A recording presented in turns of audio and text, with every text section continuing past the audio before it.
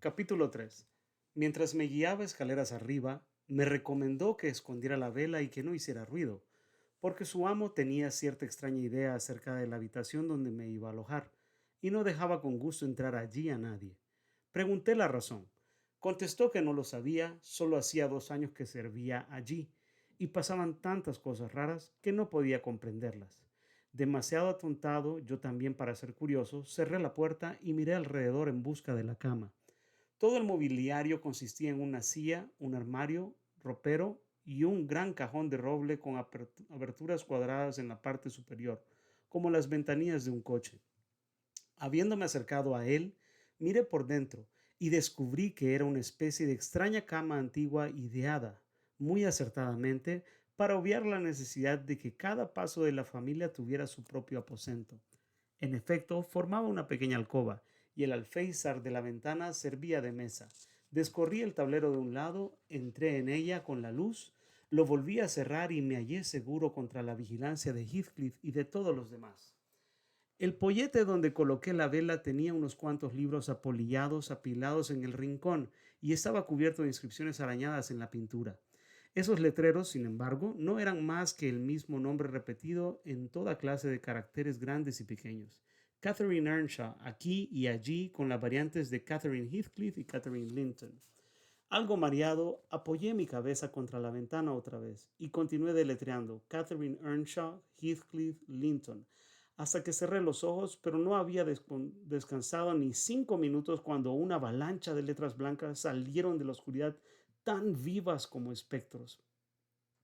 El espacio se llenaba con multitud de Catherines de todos los tamaños y levantándome para disipar el obsesionante nombre descubrí que la mecha de la vela se inclinaba hacia uno de los antiguos volúmenes que, al chamuscarse, exhalaba un olor penetrante a piel de ternera asada. Lo sacudí y muy molesto por la influencia del frío y de las náuseas me senté y abrí sobre mis rodillas el tomo estropeado.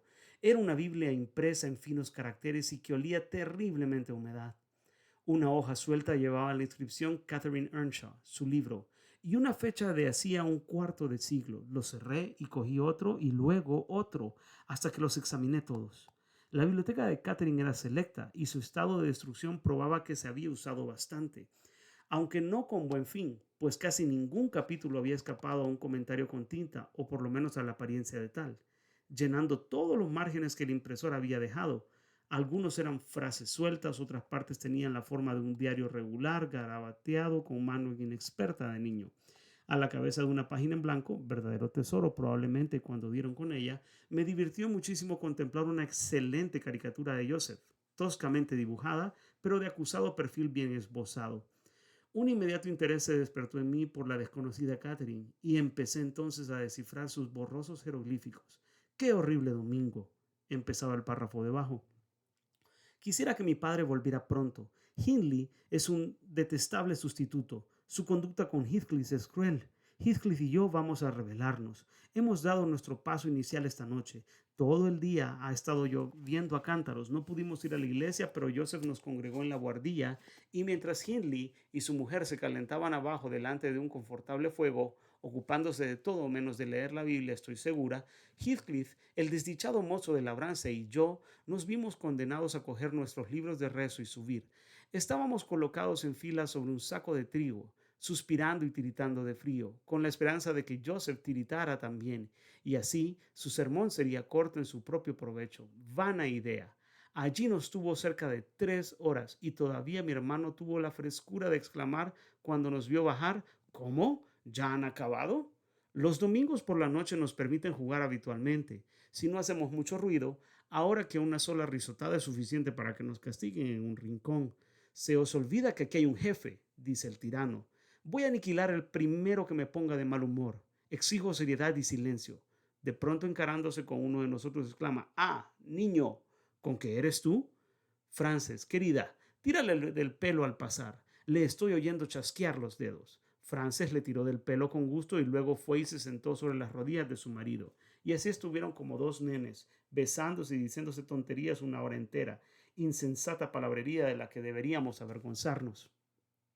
Nos instalábamos tan cómodamente como nuestros medios nos permitían, debajo del arco del aparador, Acababa yo de anudar nuestros delantales y de colgarlos delante como una cortina, cuando entró Joseph de vuelta del establo. De un tirón destrozó mi obra, me dio una bofetada y gruñó. A los pocos días de enterrar al amo y resonando en los oídos todavía las palabras del Evangelio, os atrevéis a hacer así. ¿No os da vergüenza? Sentaos, niños indómitos. Bastantes libros buenos hay si queréis leerlos. Sentaos y pensad en vuestras almas.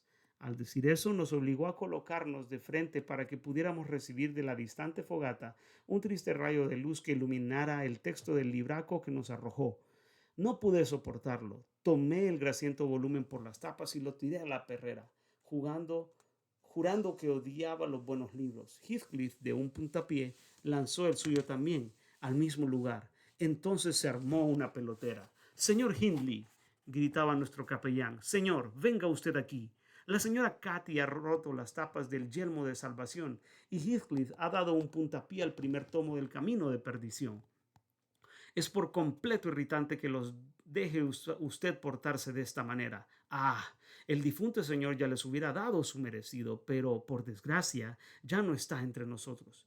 Hindley se levantó presuroso de su paraíso terrenal y tomando a uno de nosotros por el cuello y al otro por el brazo, nos arrojó a la cocina de donde, según Joseph afirmaba, nos llevaría el diablo tan seguramente como que estábamos vivos y con este consuelo cada uno buscó un escondrijo diferente para esperar su llegada. Yo tomé este libro y un tintero de un estante y dejé la puerta entornada para que entrara luz. Me pasé el tiempo escribiendo durante 20 minutos, pero mi compañero está impaciente y me propone que nos pongamos el mantón de la lechera y resguardados del frío, hagamos una escapatoria por el páramo y así, cuando él entre, podrá creer que su profecía se ha cumplido y, a pesar de la lluvia y del frío, estaremos mejor que aquí. Supongo que Catherine cumplió su proyecto, porque la frase siguiente trataba de otro asunto en tono lastimero. Qué poco me figuraba yo que Hindley me iba a hacer llorar así, escribe. Me duele la cabeza hasta no poder apoyarla en la almohada y sin embargo no puedo pensar en otra cosa. Pobre Heathcliff. Hindley le llama vagabundo y no le deja sentarse a nuestro lado ni comer con nosotros y dice que él y yo no tenemos que estar juntos y le amenaza con echarlo de casa si quebrantamos su mandato. Se ha atrevido a censurar a nuestro padre por haber tratado a Heathcliff con demasiada complacencia y jura que lo volverá a colocar donde le corresponde. El sueño me venía y empezaba a dar cabezazos sobre la confusa página, cuando mis ojos tropezaron con un rótulo rojo que decía 70 veces 7 y el 71º. Piadoso discurso pronunciado por el reverendo padre Jabs Branherman en la capilla de Gimmerton Show. Y mientras inconscientemente reflexionaba conjeturando cómo James Branderham hubiera podido desarrollar su tema, me quedé dormido. Para mi desgracia, los efectos del té malo y el mal humor me hicieron pasar una noche horrible. No recuerdo pasado otra peor en mi vida. Empecé a soñar casi antes de perder la sensación de dónde estaba. Pensé que era por la mañana y que me dirigía apresuradamente hacia mi casa con Joseph como guía. La nieve cubría el camino y según íbamos tropezando, mi compañero me agobiaba con reproches constantes por no llevar yo también un bordón de peregrino como el suyo y diciéndome que sin él no llegaría nunca a casa. Él blandía orgulloso su pesado garrote en el que se apoyaba. Durante un momento consideré absurdo que yo necesitase semejante arma para ser admitido en mi propia casa. Entonces, una nueva idea relampagueó en mi cerebro. No era allí donde íbamos. Nos dirigíamos a oír al famoso James Branderham predicar sobre el texto 70 veces 7. Y no sé si Joseph, el predicador, o yo mismo, habíamos cometido el primero del 71 e íbamos a ser públicamente acusados y excomulgados. Llegamos a la capilla. Yo realmente había pasado por ahí en mis paseos 2 o 3 veces. Esta en una hondonada entre dos colinas. Una altiplanicie cerca de una marisma cuya humedad pegajosa dicen que tiene propiedades de embalsar los cadáveres que ahí se depositan. El tejado hasta entonces se conservaba entero, pero como el estipendio del clérigo es tan solo de 20 libras al año y la casa con 2 habitaciones pronto iba a convertirse en una sola, porque el tabique de separación estaba hundiéndose. Ningún clérigo quería desempeñar los deberes del pastor, especialmente siendo cosa sabida que su grey antes le dejaría morir de hambre que soltar un solo penique de su bolsillo. Sin embargo, en mi sueño, Javes tenía un numeroso y atento auditorio y predicaba Dios mío, un sermón dividido en 490 partes, cada una de las cuales igualaba a un sermón ordinario, y tratando sobre un pecado diferente. ¿De dónde lo sacó? No puedo decirlo. Él tenía un modo especial de interpretar las frases y parecía necesario que el hermano cometiera diferentes pecados en cada ocasión. Eran de las más extrañas especies, curiosas apreciaciones que jamás hubiera imaginado previamente. Oh, qué cansado me encontraba. Cómo me retorcía, bostezaba y cabeceaba y revivía. Cómo me pellizcaba y me pinchaba y me frotaba los ojos y me ponía en pie y me volvía a sentar y le daba con el codo a Joseph para preguntarle si alguna vez acabaría aquel sermón. Estuve condenado a ir por entero. Por fin llegó el primero del 71º. En esta crisis tuve una inspiración repentina. Me sentí movido a levantarme y acusar a James Branderham como el pecador del pecado para el que ningún cristiano merece perdón. Caballero, exclamé, sentado entre estas cuatro paredes he soportado de un tirón y perdonado los 490 puntos de su discurso. 70 veces 7 he cogido mi sombrero y he estado a punto de marcharme. 70 veces 7 me ha forzado usted, absurdamente, a volver a mi asiento. Las 491 veces demasiado. Compañeros mártires, a él, arrastrarlo y reducirlo a polvo, que el lugar que lo conoce no lo vuelva a conocer más. ¿Tú eres ese hombre?, gritó James, después de una pausa solemne, recostándose en su almohadón. 70 veces 7 has hecho visajes y contorsiones con tu rostro. 70 veces 7 he pedido consejo a mi conciencia. Ah, esto es debilidad humana. Esto también debe ser absuelto. El primero del 71º ha llegado. Hermanos, ejecutad en él la sentencia escrita. Todos sus santos tienen tal honor. Con esa frase final, toda la asamblea, bandiendo sus bordones de peregrinos, se precipitó sobre mí en masa, y yo, no teniendo arma que alzar en propia defensa, empecé a aferrarme a Joseph, ni mis más próximos y feroces agresores, para cogerle el suyo. En la confusión de la multitud, algunas cachiporras se cruzaron, golpes dirigidos a mí cayeron sobre otras cabezas. Entonces la capilla entera resonaba con ataques y contraataques. Las manos de cada uno golpeaban a su vecino, y Branderham, enemigo de permanecer ocioso, desahogó su celo en una lluvia de golpes sobre la barandilla del púlpito que resonaba tan perfectamente en mis oídos que al final me despertaron. ¿Y qué era lo que había sugerido el tremendo tumulto? ¿Quién había representado el papel de James en la refriega? Solamente la rama de un abeto que tocaba la ventana cuando las ráfagas de viento la balanceaban y golpeaban sus piñas secas contra la madera. Escuché un instante y al convencerme de que aquella rama era la causante de mi pesadilla, di media vuelta y me dormí nuevamente, volviendo a soñar una pesadilla más desagradable. Esta vez me acuerdo que estaba acostado en la alcoba de roble y oí distintamente el viento huracanado y el golpeteo de la nieve que se remolinaba en la ventana. Oí también las piñas del abeto repetir su enervante ruido y se lo achaqué a su verdadera causa, pero me molestaba tanto que resolví a callarlo fuere como fuere, y soñé que me levantaba y trataba de abrir la ventana. La falleba y la manivela estaban soldadas, circunstancias que noté despierto, pero que se me había olvidado. Tengo que pararlo, sin embargo. Refunfuñé rompiendo el cristal con los nudillos y sacando el brazo fuera para asir la rama importuna, en vez de lo cual mis dedos se cerraron sobre los dedos de una pequeña mano helada. El intenso horror de la pesadilla se apoderó de mí. Traté de meter dentro del brazo, pero la mano se agarraba a él y una tristísima voz sollozaba: «Déjame entrar, déjame entrar». «¿Quién eres?», pregunté, tratando al mismo tiempo de soltarme. «Catherine Linton», replicó trémula. ¿Por qué se me ocurrió pensar en Linton? Yo había leído 20 Earnshaws por cada Linton. Tengo que entrar en casa. Me he perdido en los pantanos. Mientras así hablaba, distinguí confusamente un rostro infantil a través de la ventana. El terror me volvió cruel, y encontrando inútil intentar que me soltara, tiré de su puño hasta que estuvo sobre el cristal roto, y lo froté con él arriba y abajo hasta que la sangre corrió y empapé las ropas de la cama. Aún entonces suplicaba: «Déjame entrar», y se mantenía tenazmente agarrada, casi enloqueciéndome de terror. «¿Qué puedo hacer?», dije por fin. «Suéltame, si quieres que te abra». Los dedos se aflojaron, saqué los míos del agujero, precipitadamente apilé los libros contra él en forma de pirámide y me tapé los oídos para no oír el lamentable ruego.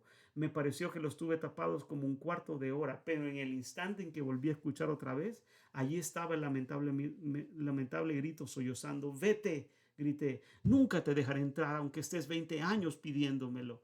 «Ya hace 20 años», suspiró la voz. «20 años he estado vagando por esos campos». Entonces empezó a arañar débilmente por fuera y el montón de libros se movió como si lo empujaran hacia adelante. Yo traté de incorporarme, pero no pude mover ni un miembro y entonces empecé a gritar con frenético terror. Con gran confusión por mi parte descubrí que los gritos no los había soñado. Pasos presurosos se acercaban a la puerta de mi cuarto. Alguien la abrió de un empujón con vigorosa mano y una luz brilló por la ventanilla de la cabecera de la cama. Me senté, tembloroso aún, enjuagándome del sudor de la frente. El intruso pareció dudar y murmurar entre dientes. Por fin, casi en voz baja, dijo, aunque manifestaba no obtener respuesta: «¿Hay alguien ahí?». Consideré lo mejor confesar mi presencia porque conocí la voz de Heathcliff y temí que prosiguiera sus pesquisas si me callaba. Con esa intención me volví y abrí el tablero. Jamás olvidaré el efecto que le produjo. Heathcliff se hallaba junto a la entrada en camisa y sujetándose el pantalón con una vela goteando en los dedos y el rostro tan blanco como la pared. El primer crujido del tablero lo sacudió como una descarga eléctrica. La luz se le cayó de la mano a una distancia de varios pies y tal era su agitación que casi no podía recogerla. «Soy yo, señor, su huésped», dije, deseoso de evitarle la humillación de mostrar aún más su cobardía. «He tenido la desgracia de gritar durmiendo debido a una pesadilla horrible. Siento haberlo molestado». «Oh, que el diablo os lleve, señor Lockwood. Quisiera que usted estuviera en él», prosiguió mi casero, colocando la vela en una silla, porque el temblor le imposibilitaba sostenerla. «Y ¿quién lo ha subido a usted a este cuarto?», continuó, clavándose las uñas en las palmas de las manos y rechinando los dientes al querer dominar el temblor de la mandíbula. «¿Quién ha sido? Estoy decidido a expulsarlo de casa ahora mismo». «Fue Sila, la criada», repliqué, bajándome al suelo y vistiéndome precipitadamente. «No me importa que la eche usted, señor Heathcliff, bien merecido lo tiene. Supongo que ha querido tener otra prueba de que la habitación está embrujada a expensas mías. Pues sí, lo está. Hormiguea de fantasmas y duendes. Tiene usted razón en cerrarla, se lo aseguro. Nadie le agradecería a usted una hospitalidad de semejante guarida». «¿Qué quiere usted decir?», preguntó Heathcliff. «¿Y qué está haciendo? Acuéstese y acabe la noche, ya que está usted aquí. Pero en nombre del cielo, no repita ese horrible ruido. Nada podría excusarlo, a no ser que intentasen cortarle el cuello». «Si la pequeña arpía hubiese entrado por la ventana, probablemente me hubiese estrangulado», respondí. «No voy a soportar otra vez la persecución de sus hospitalarios antepasados. ¿No era el reverendo James Branderham pariente suyo por parte de su madre? Y esa descarada de Catherine Linson o Earnshaw, como sea que se llame, debía de ser muy voluble y perversa. Me dijo que ha estado recorriendo la tierra estos últimos 20 años, justo castigo de sus pecados mortales, no hay duda». Apenas pronuncié estas palabras cuando recordé la asociación de Heathcliff con el nombre de Catherine, en el libro que se me había borrado por completo de la memoria hasta que esto lo recordó. Me ruboricé de mi desatención, pero sin dar importancia a la ofensa me apresuré a añadir: «La verdad es, caballero, que he pasado aquí una parte de la noche. Aquí me volví a detener, iba a decir curioseando esos viejos volúmenes, pero entonces se manifestaría mi conocimiento de lo que en ellos estaba escrito y rectificándose y, deletreando el nombre grabado en el alféizar de la ventana, monótona ocupación a propósito para hacerme dormir, como contar. «Oh, ¿qué pretende usted hablándome de esa manera a mí?», rugió Heathcliff con vehemencia salvaje. «¿Cómo se atreve usted? ¿En mi casa? Dios mío, está loco para hablar así». Y se golpeó la frente con señales de rabia. Yo no sabía si ofenderme por ese lenguaje o seguir mis explicaciones, pero se parecía tan poderosamente conmovido que me dio lástima y seguí con mis sueños, afirmando que yo jamás había oído antes el nombre de Catherine Linton, pero a fuerza de leerlo me produjo una impresión que se personificó al no tener ya dominio sobre imaginación. Heathcliff gradualmente se fue metiendo dentro del recinto de la cama mientras yo hablaba. Finalmente se sentó medio oculto detrás de ella. Adiviné, sin embargo, por su respiración irregular y entrecortada, que luchaba para vencer un exceso de violenta emoción. No deseando demostrarle que yo era testigo del torbellino de ideas que seguramente le asaltaban, seguí arreglándome procurando hacer ruido, miré el reloj y comenté yo solo lo largo de la noche: «Todavía no son las 3. Hubiera jurado que eran las 6. El tiempo se detiene aquí. Claro es que nos hemos retirado a descansar a las 8. Siempre a las 9 en invierno nos levantamos a las 4, dijo mi casero conteniendo un suspiro, y según me figuré, por el motivo de la sombra de su brazo, enjuagándose una lágrima. Señor Lockwood, añadió, ¿puede usted ir a mi cuarto?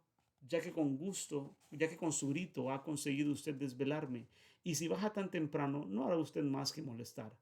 Tampoco yo podré conciliar el sueño, repliqué. Me voy a pasear por el patio hasta que amanezca y entonces me marcharé. Y no tiene usted que temer una nueva intrusión por mi parte, pues estoy por completo curado de buscar la compañía de los humanos, bien sea en el campo o en la ciudad. Un hombre sensato debería encontrar suficiente compañía consigo mismo. Hermosa compañía, murmuró Heathcliff. Tome usted la vela y vaya donde quiera. Enseguida me reuniré con usted. No vaya usted al patio, sin embargo. Los perros están sueltos y la casa está bien guardada por Juno. Solo puede usted pasearse por la escalera y el corredor. Pero lárguese usted. Yo iré enseguida. Obedecí en cuanto a salir de la habitación, pero ignorando dónde conducía el estrecho pasillo, permanecí quieto y fui testigo involuntariamente de una escena de superstición por parte de mi casero que contradecía su actitud habitualmente sensata. Se subió a la cama, abrió violentamente la ventana y prorrumpió un amargo llanto. Entra, entra, sollozaba. Katy, ven, oh ven una vez más, oh amor mío. Óyeme esta vez, Catherine, amada mía. El espectro mostró un ordinario capricho de espectro y no dio señal de vida, pero la nieve y el viento entraron en torbellino, llegando hasta donde yo estaba y apagando la vela. Observé tal angustia en la explosión de dolor que acompañó su desvarío, que compadecí su locura y me alejé, disgustado por haberlo oído todo y arrepentido de haber relatado mi ridícula pesadilla que produjo aquella, para mí, incomprensible escena de mareada desesperación. Bajé con cuidado a la planta baja y llegué a la cocina, donde un rescoldo amontonado compactamente me permitió volver a encender la vela. Nada se movía, excepto un gato gris, manchado, que salió de la ceniza y me saludó con un maullido quejumbroso. Dos bancos de forma semicircular casi rodeaban el hogar.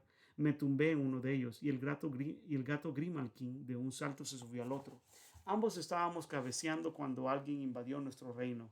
Era Joseph, que bajaba por una escalerilla de madera que desaparecía en el techo por una trampilla. La subida a su buhardilla, supuse. Dirigió una siniestra mirada a la llamita que yo había encendido trabajosamente, echó el gato de su banco e instalándose en su lugar comenzó la operación de rellenar de tabaco una larga pipa. Mi presencia en su santuario la estimaba, evidentemente, como una profanación. Silenciosamente aplicó la pipa a sus labios, cruzó los brazos y empezó a echar humo.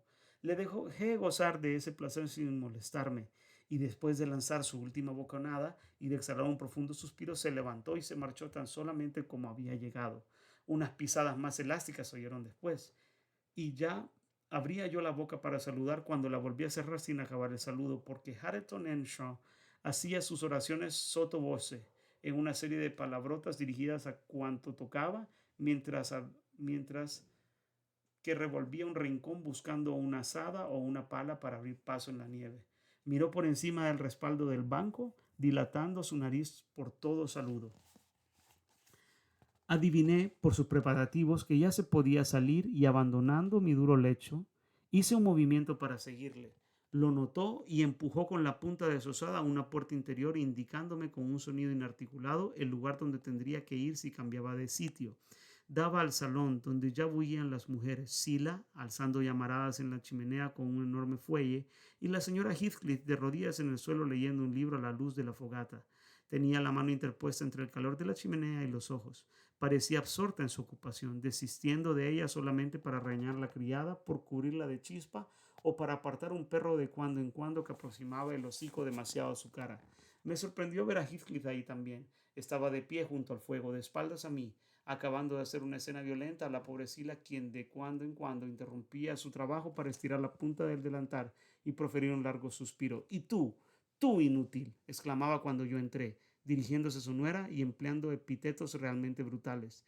«Ya estás otra vez con tus ociosas tretas. Todos aquí ganan su pan. Tú vives de mi caridad. Deja esos trastos y busca algo que hacer. Tendrás que pagarme por el tormento de tenerte eternamente ante mi vista. ¿Lo oyes, condenada pecora? Déjame mis trastos porque me obligarás a ellos si rehuso», contestó la joven cerrando su libro y echándolo sobre una silla. pero no haré nada aunque se te caiga la lengua a fuerza de insultos, sino lo que me agrade. Heathcliff levantó la mano, pero ella de un salto se puso fuera de su alcance para evitar unos golpes que ya debía haber probado otras veces. Como no deseaba entretenerme con su pelea, me adelanté rápidamente, como si estuviera ansioso de participar del calor del hogar, aparentando ignorar que disputaban. Tuvieron el decoro suficiente para suspender aquellas hostilidades. Heathcliff se metió las manos en los bolsillos para evitar una nueva tentación y la joven frunció los labios y se dirigió a un asiento apartado donde cumplió su palabra, desempeñando el papel de estatua durante el poco tiempo que continuó allí. Renuncié a desayunar con ellos y al primer resplandor del alba me aproveché de la oportunidad para salir al aire libre. La atmósfera estaba clara, serena y fría como hielo impalpable. Al llegar al final del jardín, me gritó mi casero que me detuviera y se ofreció a acompañarme a través del brezal. Me favoreció que se ofreciera porque toda la falda de la colina no era más que un ondulante océano blanco. Las crestas y hondonadas no indicaban las correspondientes elevaciones y depresiones del terreno. Muchos hoyos estaban llenos hasta el borde y filas enteras de montículos, residuos de las canteras, se borraban del mapa que mi paseo de ayer había dejado grabado en mi mente.